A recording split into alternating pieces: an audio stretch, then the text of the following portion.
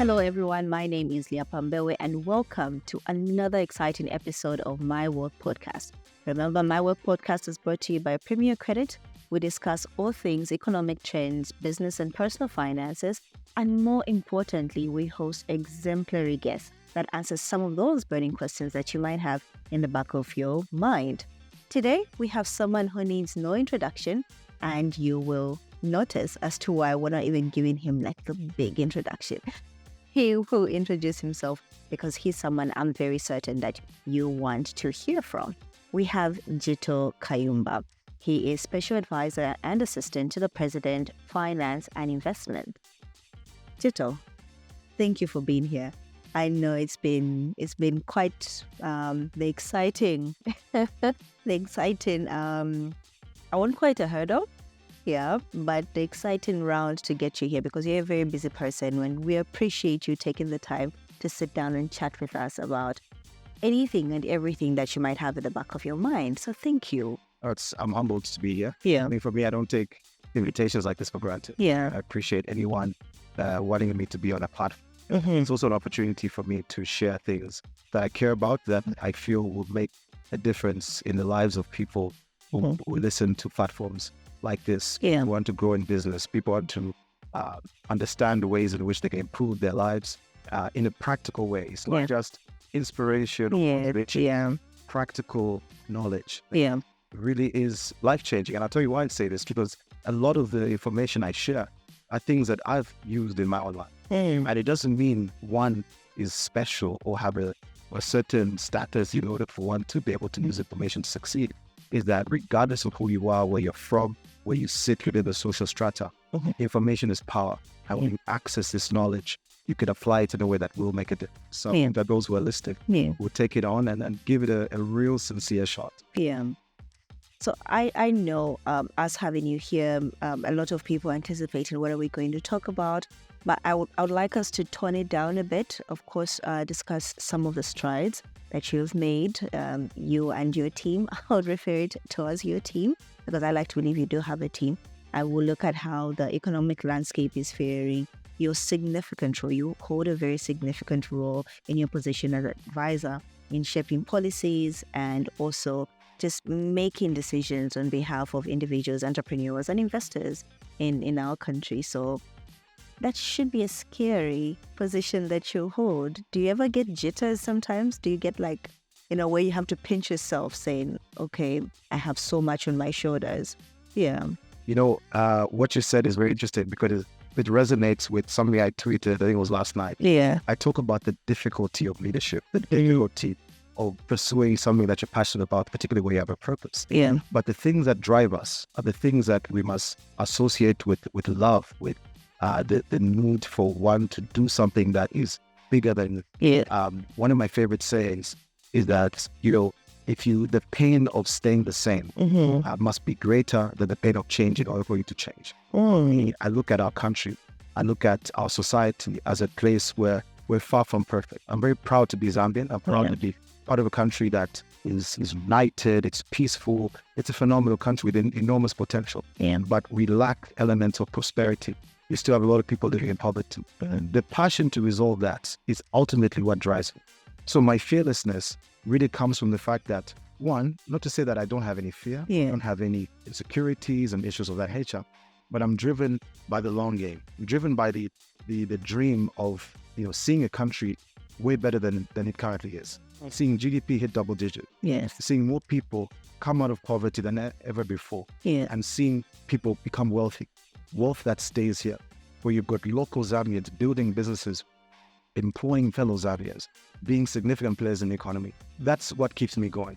And being a country where internationally people can say, you know what, these people are phenomenal people, where we have respectability, where we are people who when a foreign entity or any company abroad come do negotiations with us, it's not from a position of superiority or from us looking like we are asking for something. It's be talking to them as equals. And for me, that's what drives me. It is truly a labor of love and passion for the country. So that completely overwhelms the element of fear, the element of feeling overwhelmed, because there's a level of clarity. And it takes a while to build that because, being in this role is not easy. No, it isn't. There's a lot of things that happen aside from the weight of the responsibility.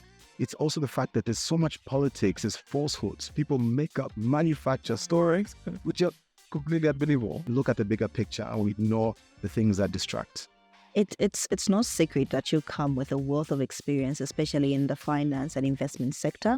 You were in investments and in finance before you actually took up this role. Part of the reason as to why you're actually qualified for the role. How has been the experience implementing this from your current in your current role as advisor to the president, and your highlights? Let's put it as wins so far. Maybe even if you have challenges, you can share on that. Yeah, absolutely. I think the first thing, and I appreciate that question, is we've been in office for 2 years. If you just take a child born, they still have a long way to go. And for even a company or any organization, 2 years is short, particularly at a time where you're coming, and this is part of framing the context. You come and find an economy literally on its knees. You're burdened with debt. You're far exceeding the debt to GDP ratio. Was really at a point where the level of debt was unsustainable. The capacity for the country to raise revenues to pay it off, again, was also not, we didn't have the capacity, in simple terms. And then in addition to that, you've got a vision. There's promises made. Part of the political element is you make promises in order to, of course, gain the confidence of voters, to be trusted with power, with authority. And then, of course, once you now enter office, you come to first and foremost do scoping. You assess the situation. So then you come to discover, one, the debt stock is higher than you initially anticipated. And two, the resources available are lower than you anticipated. So what do you do as a decision maker, as a leader? You start to realize that, you know what, it's time to now, first and foremost, apart from evaluating where you currently are, you engage credible partners who can help you get to a point where you can restructure your debt, and also where you can have a facility that raises not just your credibility, but your ability to resolve it. So, of course, that led us into the IMF discussion. We broke records from the perspective of the time it took governments from before trying for years. It took roughly 3 to 4 months for us to get a staff level agreement. This is where the IMF staff agreed that, yes, this is a viable program that we can put in place. And then down roughly a year or so later, we got the program in place, which now elevated our status as a credible party for negotiating with creditors. So many people we owe money as a country to, China, among other countries. And then, of course, we got to a point where the debt was restructured. That is a big milestone that we're proud of, as a government, because of the fact that it unlocks enough, fiscal space, which is funds available to now carry out programs that bring about, social improvement, social spending, and you can invest in productive areas of the economy, because of the fact that the amounts that were required to pay off debt, again, it was choking our ability to govern and to implement things that, of course, enable country to function, to run in the most adequate way. That's a big milestone. Another is really enforcing the rule of law. Business, is the atmosphere in which business operates requires a strong legal environment. One where lawlessness, cudderism, all those things are pushed aside, ensuring there's sufficient independence within the enforcement bodies, right, who do investigations and so on, taking out political influence in that, really making sure that you elevate the element of investor confidence. This is why in the period in which this government has been in office, more investment commitments have been made than at any other point in our recent history. I mean, we're breaking records. Now, of course, there's always an argument that, good, that's just a pledge. Those pledges, let me give an example. When you look at, there's a $500 million fertilizer plant being developed. And again, that's another milestone. Being able to produce something locally that we've been importing. So that allows for input substitution and the amount of outflows forex. So localizing production, unlocking mines. We just announced, obviously, KCM, right? Obviously, there's an investor who is coming in there. And of course, that will unlock so much in terms of jobs, economic stimulation, copper belt. If you have a bucket and your goal is to fill it, say in this case, the bucket is the treasury. And you're attracting investments, you're doing things that bring funds in. Yes. It's still got holes. And those holes are driven by corruption, Mm-hmm. driven by mismanagement, over expenditure, inflated costs. Yes. All that's been dealt with. Yeah. The president has principles around procurement, right price, quality, and timely delivery. Those principles are allowing government to now manage its costs better than before. That's the reason why CDF, which by the way, we're most proud of, Yes. is able to be enhanced to a point where constituencies across the country are receiving more money again that they've ever received since independence Yes. in an equitable manner. It's phenomenal that whether in Kaputa, whether in Shangombo, whether in Chipata, whether in Katet, every single constituency is receiving at the moment 28 or so upwards of 28 million. That was phenomenal, which is making a difference. I'm on the ground. I'm seeing what's happening. I'm seeing people who didn't have an occupation get an occupation. I'm seeing entrepreneurs turning their dreams and is essentially creating solutions.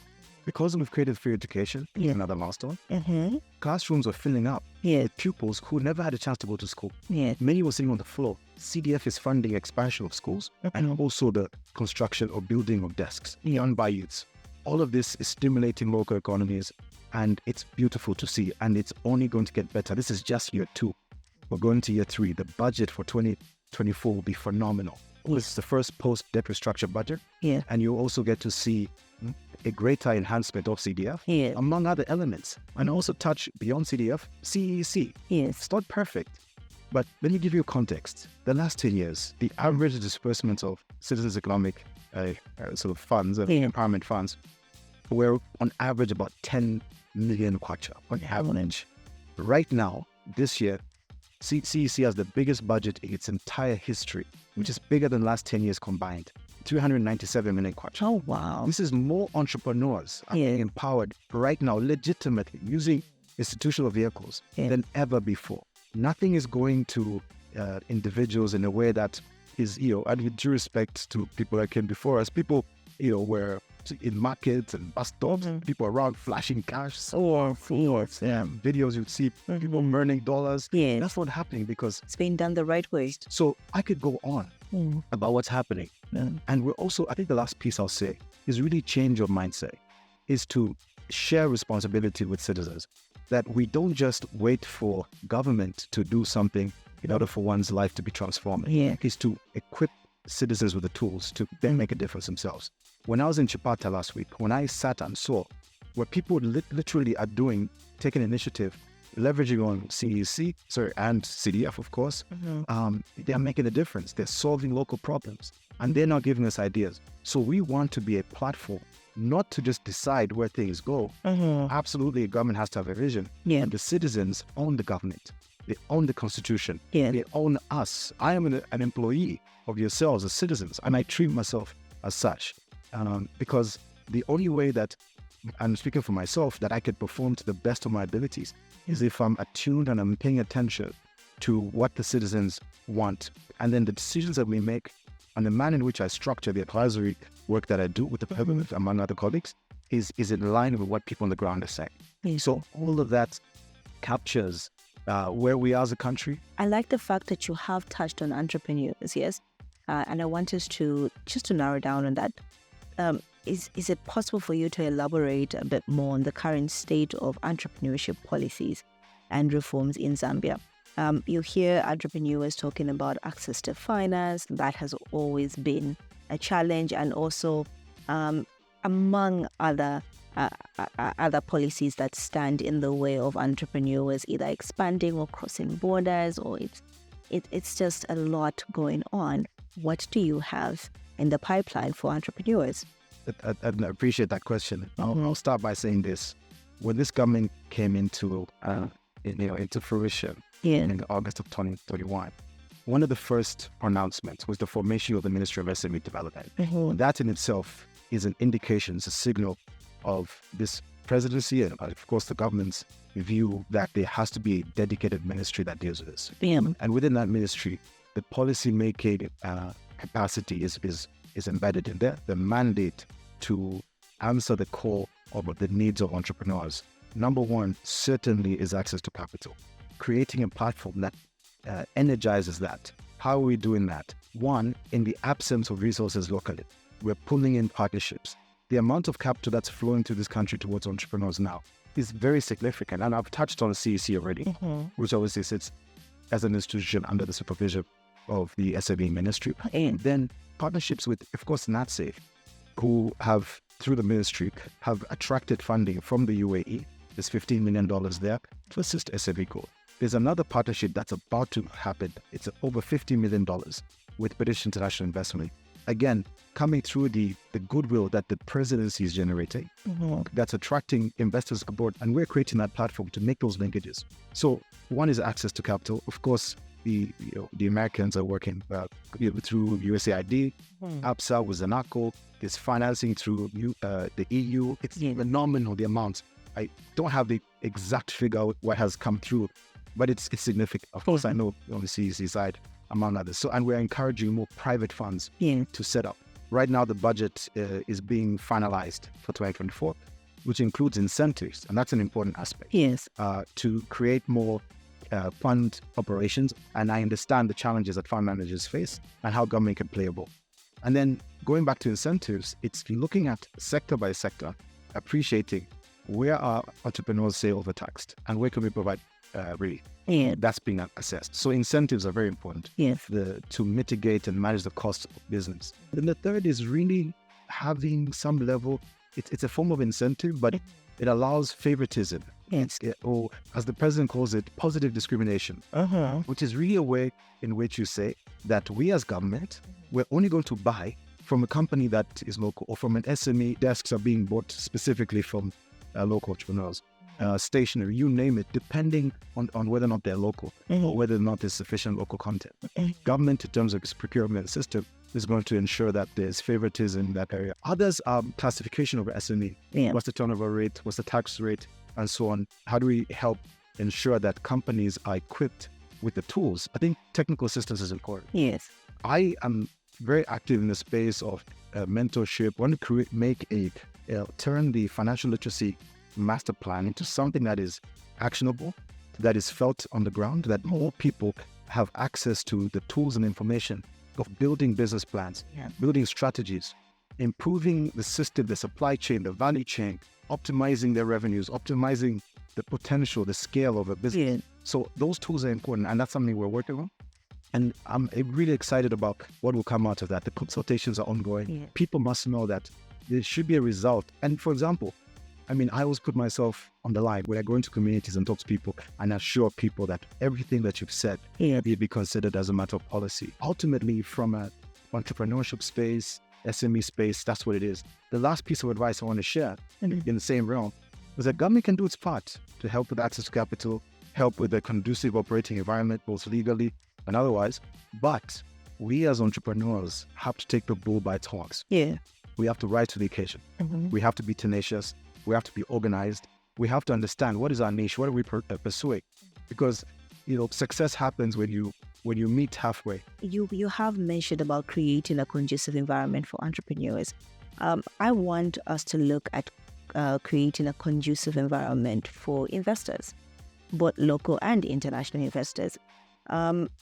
Have you thought around it, and also what further improvements are being considered to attract investments into the country? You have spoken about, listen, we are trying day and night to bring in as many investors as we can, but then what have you put in place for either local or international investors? Number one, investors love consistency. They love to see policy that's clear, that is not erratic. In the mining sector, we've made a policy that was highly, it's essentially aligned with best practices around the world. Number two is you inspire confidence. Number three is engagement. When I sit across the table from an investor, I sit across the table knowing exactly what their psychology is, knowing exactly what their the thing that motivates them to invest. Because when I used to pitch to investors, or even when I was, of course, receiving capital and then onward investing, I had a certain mindset. And that mindset is, one, will I make a return? A simple what are the metrics in? So I can literally sit across from, any investors. I'll give you an example, Cobalt Metals, who are opening one of the largest mines in Lyapa Mbewe. I remember the first meeting I had was, in a coffee shop on the sidelines of the UN General Assembly in New York. And we structured everything based on the local environment, source of capital, the cost of capital.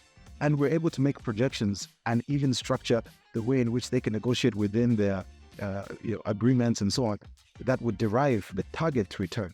Because we have to, as government, have to have an understanding of how much they want to make so that we also ascertain how much we make. Yeah. You have to remember, on a financial statement, right? On an income statement, government is right there as a beneficiary. Yeah. So this is why when you're aligned with an investor from that perspective, you encourage them, you inspire them to say, you know what, we're coming to invest. Yeah. So for me, those are the building blocks towards bringing investment, but also we have to package the investments. I mean, I'll give you an example. An investor just doesn't want to come and see something unprepared. No. It's like preparing a cake. It's like, say I've got let me use an analogy in baking, right? Yes. I have a conducive environment. I've got an oven. Yes. And I've got a few, the ingredients here. But the investor is the one that knows how to put it together and bring additional ingredients, maybe add some eggs and milk. The key is have a significant portion of the ingredients available so that the baking can take place. So at the end of the day, we get a cake. And the point is, if an investor, say, wants to invest in energy, we know that in energy, in hydro, one, you need the resource. You need to have either a river with the right hydrology, and then we should have done a bit of a feasibility study. So when we go to the investor, I can tell them the hydrology of that river is so, and we de-risked it by making sure that the community there is not going to be affected from an environmental perspective, and the displacements and so on will not be there. So with that being said, it means that they feel that the elements of risk have been reduced. This government took initiative to reduce that and address that. And that's another factor that affects investor decision making. It's risk. So mitigation is part of our job. And once you have that combination, plus a willing and engaging government, you will have investors come through. So here's it, announced $8 billion of commitments. Those commitments, 80% of them come into fruition. 20 that don't, because of factors beyond people's control. But to me, that's a success rate. And what has been planted in the last 2 years will be seen and felt as the next couple of years unfold. I'm so excited to see that. So, it's very exciting. It sounds exciting from this end. I'm taking it all in. As we talk about the investment opportunities, both for the local and the international investors, do we have any sectors in particular that are showing either promising growth, and how is the government supporting these particular opportunities or these sectors? The first is really the obvious one, mining. We are in a world that is experiencing a transition. There's an energy transition taking place. Movement away from fossil fuels to renewables. Movement away from, of course, fossil fuels really obviously supporting combustion engines for electric vehicles, including renewable energy.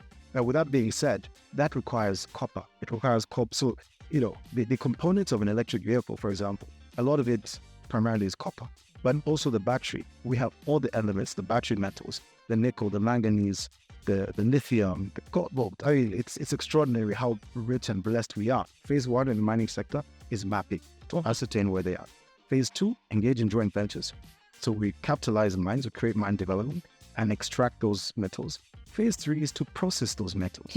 Process them into not just, cathode and concentrates and so on, but to actually create an end product. So value addition is key. That industry is going to explode. You can already hear, of course, we've unlocked KCM. Mopani is coming on stream very soon. There's so many companies evaluating mines.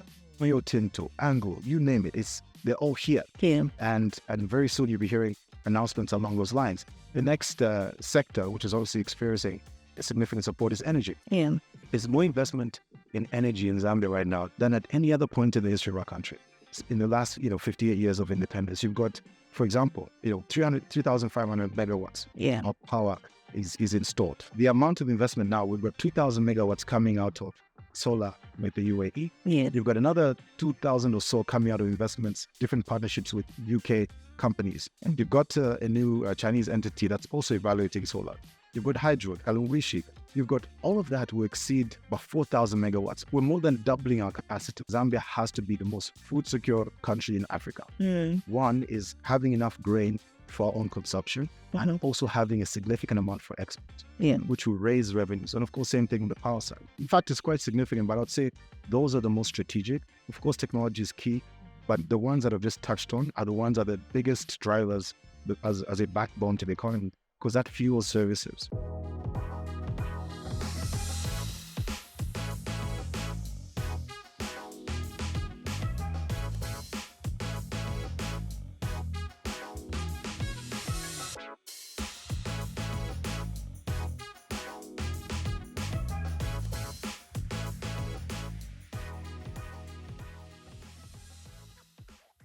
So, just to go a bit further, we have seen that the fourth industrial revolution has brought in new possibilities. It's brought in a lot of change.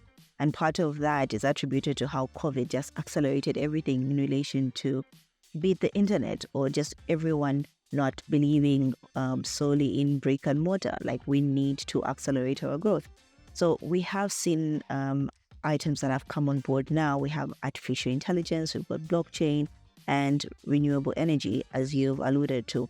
How is Zambia positioning itself to harness these cutting-edge technologies to improve either efficiency or sustainability and even economic prosperity, all in all? You touched on, efficiency, sustainability, stimulating economic activity. Those are all hallmarks of what technology does. Yes. And appreciating elements of the fourth industrial revolution. We've embraced that by first and foremost creating a platform for it, creating a ministry mandated to oversee that, which is the Ministry of Technology. For the first time in a long time, people like, Italic, who came to Zambia. Yeah. This is one of the godfathers of that crypto world. Yes. We can meet, engage, become friends. Mm-hmm. And he's saying, you know what, I'm going to invest in this country. Yeah. I've never been to a country where the central bank is ready to meet, the Ministry of Finance is ready to meet, the State House is ready to meet, Ministry of Technology. And we reached a point where, and coming off what citizens are talking about on social media, in public forums, they want this sort of engagement that allows for the creativity of young Zambians to be harnessed from a technological standpoint. So we essentially are strengthening the platform that allows for that to happen. Now, to me, that's the most important thing that government must do, is not over-regulate. Yes, we regulate to protect the interests of society, so there's no fraud and other things, because where there's a great innovation, there's also a great possibility for other unintended consequences, evils, that happen. Yes. Hackings and so on. Digitalization is necessary. It will help government become more efficient. Smart Zambia is being enhanced significantly to ensure that, number one, we are significantly more paperless. The manner in which we engage and track transactions is all properly established, tracking and tracing. It will help, of course, track the extent to which the economy is growing, and provision of finance, provision of many other services. So that's something we take very seriously. And for us, I'll put it back to the public. We want to challenge people to come up with solutions, because we will consider it. We don't want to just provide direction. We are cognizant that government is a platform for the people to come and plug in, create value, and we will ensure that is aided. We are also helping with access to markets for it. If you look at the proliferation of mobile money, for example, to me that's an exciting opportunity that's tied into the ecosystem around technology, fintech, and so on. There's opportunities for lending, for transacting the most efficient way. So government is pushed ensuring that we get new technology in to have access to connectivity, ensuring that Starlink comes on board.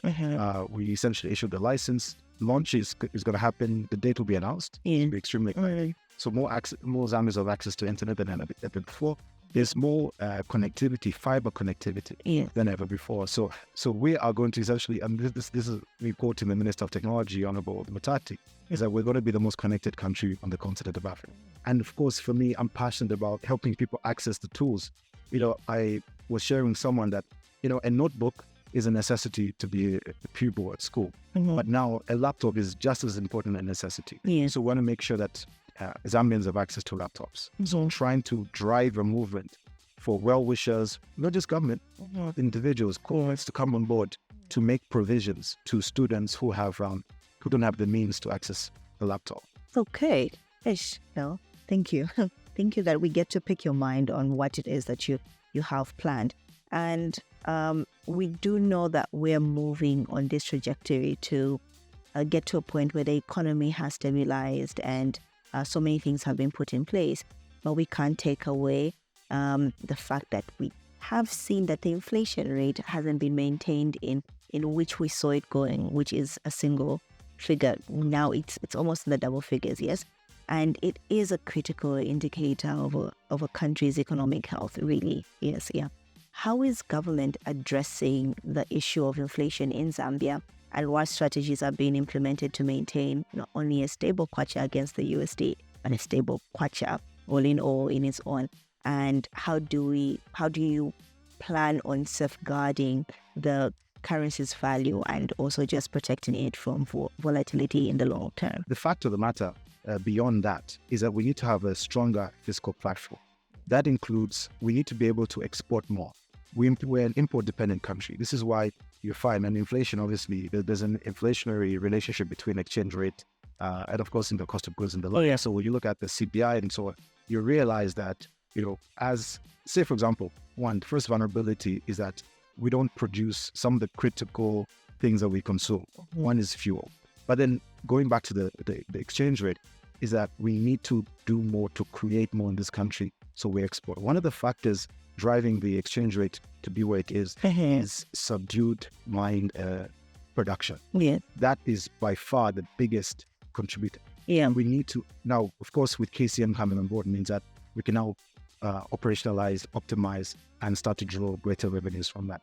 Just on that end, especially when it comes to increasing income, I'm an investment advisor, so I always look at it from how do we encourage more Zambians to participate in the capital markets in Zambia? We do have a very robust stock market. It was named Best Performing Stock Market 2021 and 2022, and it's currently ranking as the best performing stock market in Africa. So we're probably doing something right there. And we also have government bonds that perform with great returns. We have different types of investment vehicles on our local stock market.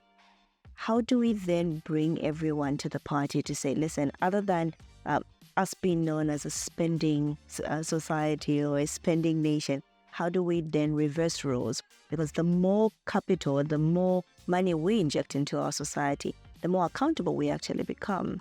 Yes. You've spoken about the solar projects that are going around. That's a CEC project. CEC is a listed company. How do you become accountable as a Zambian? You then become a shareholder in CEC so that you can hold the person that's running, seated at that business, to say, listen, I have my money in here. I've bet my money on CEC, so can we bring this to fruition? Why is it that most Zambians don't look at the capital markets from that perspective? Or do you have anything in the pipeline to encourage more Zambians to actually be more investors than they are spenders? It's my favorite topic of conversation with friends and anyone I interact with. Investing is so important as part of a person's daily life and thinking and life planning. We're privileged to be young, to have vitality, to work and do things that create income. But we have to remember that down the line, there's responsibilities that arise. Yes, there's NAPSA, yes, there's all these pension schemes, but we have to build portfolios as individuals. But let me take a step back and create a bit of a narrative and a context into how I teach people how to think very simply about investing. The first thing is I look around society. And while I look around society, I look at my income. Yeah. So any Zambian, I say, take a pen and paper and write down your salary. Yes. And then start to minus, where is your salary going? Yeah. I'll throw in a couple of examples. Your salary goes to housing, it goes towards transport, food, you name it. Then you say, okay, now that we've listed where the salary goes, who's receiving that money? So who owns the company that's taking the money that's taken for food? So it's ShopRite. You say, who are the shareholders? Yeah. So you say, wait a second. So every time I buy food, my money, X% of money is leaving the country because the majority of the shareholders in that enterprise are foreign. Yeah. They say, okay, I buy Top 10. Who are the shareholders of the telco companies? Then you realize that where my money goes, the people who are taking or growing are typically not ourselves. So my first rule is I will invest in anything that's going to take my money. I like to look at it from a point of take a plunge into your economy. It is very easy to complain. It is very easy to point fingers, but accountability comes in mostly if you have a share of the economy. So we keep blaming, no, international investors are coming. We have 22, 24 listed companies.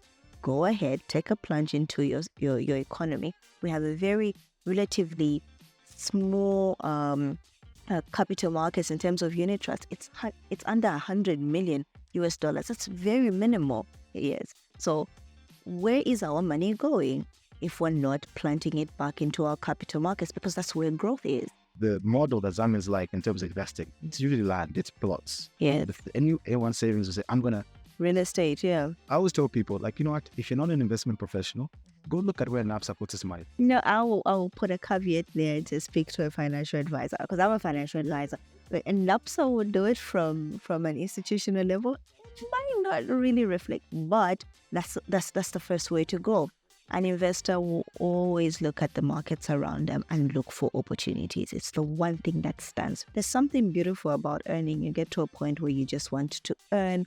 The first time you ever receive your coupon, the passive income, it's an extraordinary feeling. The first time you record, you get to a point where you break even in your business. It's a beautiful feeling, but you want to be able to be very aggressive. People nowadays, young people on a global scale, are earning. You see 25-year-old CEOs that are doing great. So there's opportunity. Yes, all we need to do is just take the plunge. Yeah, and we'll conclude on that matter. Do you have any words out there? I know we have spoken about entrepreneurs, Zambians taking the plunge into investing and just, considering this place as the destination for investments, both for locals and for anyone out there that's not in Zambia. What makes Zambia a unique and promising destination for economic opportunities, and what support can they expect from your government? We'll put it that way. Number one, I think, let me speak about mindset. Yeah. Because already I've set the stage that government is a platform. Yeah. It's about you deciding what you want to do with it. You can have all the best policies in the world. And I always tell people, having done a lot of investments for years, sometimes you realize that capital is not the only problem, right? So whenever an investor comes, an entrepreneur comes and says, look, I need capital, then you realize when the mindset is not there, when the planning, the expertise, the mastery is not there, your money gets lost if you invest in the wrong person who doesn't have the right, maybe they had the best intentions, but they had the wrong plan. And their business was not particularly relevant. So when I talk about mindset, I first and foremost have to say, let's be focused. Let's find our niche. Let's identify where can we create value. Many people want to over-diversify. Diversification only applies to investment, not to entrepreneurship. You don't find a person running 5, 6 businesses or 3, 4 businesses and them be successful. It's always driven by one area. Be known for something that makes you stand out, that you're providing value in that particular area. Yeah. And achieve a level of mastery by being consistent, by being resilient, by pushing. It's okay to be aggressive. Yeah. We as Zambian people are very nice. We're very considerate. We're very warm. But let's remember that some of those principles do not enable you to be successful in business because you have to persist. If you look at my phone, the people who call me the most are culturally not our people, and not Zambia. Not because I give access only to them. Everybody has access to me. But the ones who take the most advantage are the ones who are not from here. Because there's something about cultures, other cultures, that is really driven around determination, being highly resilient and tenacious to a point where, and not to say that it bothers me, it doesn't, because I admire people who persist, because I know persistence is one of the key elements of what determines success. Yeah. And I think a person's character, we must always look at to build ourselves, not just intellectually, but understand the craft, the area we're going into, develop our competencies and capacity to do the best we can, and really rise to the occasion where we are organized, we manage our time. And I'm saying things that are almost obvious. So some have heard this before, but for me, these have been the most important elements of my life. Yeah. And people should not fall for the trend of the naysayers. We don't have a lot of successful people in our society who are of our own. We're talking about indigenous Zambians. But there's a lot of pulling down syndrome. Yeah. We have to move away from that, because you can't attract the thing that you promote the most. If I am out there always shooting down a person who's successful, then I'm already reinforcing the belief that I can't be successful. But if I'm celebrating the success of others, I make it a deliberate policy in my own life that having been successful in business, having the privilege now to be a servant with the public, I try to empower in various ways entrepreneurs by being present at their launches or being involved in or even giving advice, because I want to see people succeed. I want to celebrate with that. I live vicariously through others, and we should all do the same and buy local. So let's build the competencies, the character, the networks towards achieving. Because also you have to remember that, and I don't want to put too much blame on government. Government does create an overall atmosphere. The vision of any leader is important in driving growth. But we as citizens have enormous responsibility. We play a role. There are people coming to this country who have no links to government, but for some reason they make it. Even from countries that are less off than ours, from a country that's more torn, a country that's had famine and all sorts of problems, but they succeeded at what's going on. So we have to now think more about our personal responsibility. That's, to me, an important word I thought I should share. We're there to support or create the conducive environment, but rise to the occasion. And let's create a better country.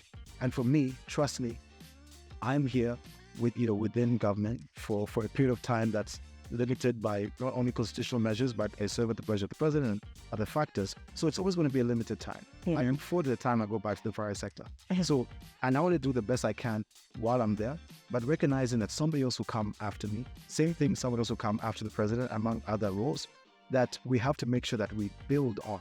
That it's not just about this government, new dawn, it's about Zambia. Zambia is a long-term project. That the decisions we make today, they have to have an impact on what happens 50 years from now. I need to think about, the little girl who's 4 years old right now. What is Zambia going to look like for her? You see, I can't just think about the cycle, the political cycle, like, okay, 2026, 2030. It should be about when I'm gone, when I'm an ancestor, how is Zambia going to look like? And what role are we playing in that? We don't have to just think about what we built today. Let's see what sacrifices can we make, really make Zambia an incredible country. Okay.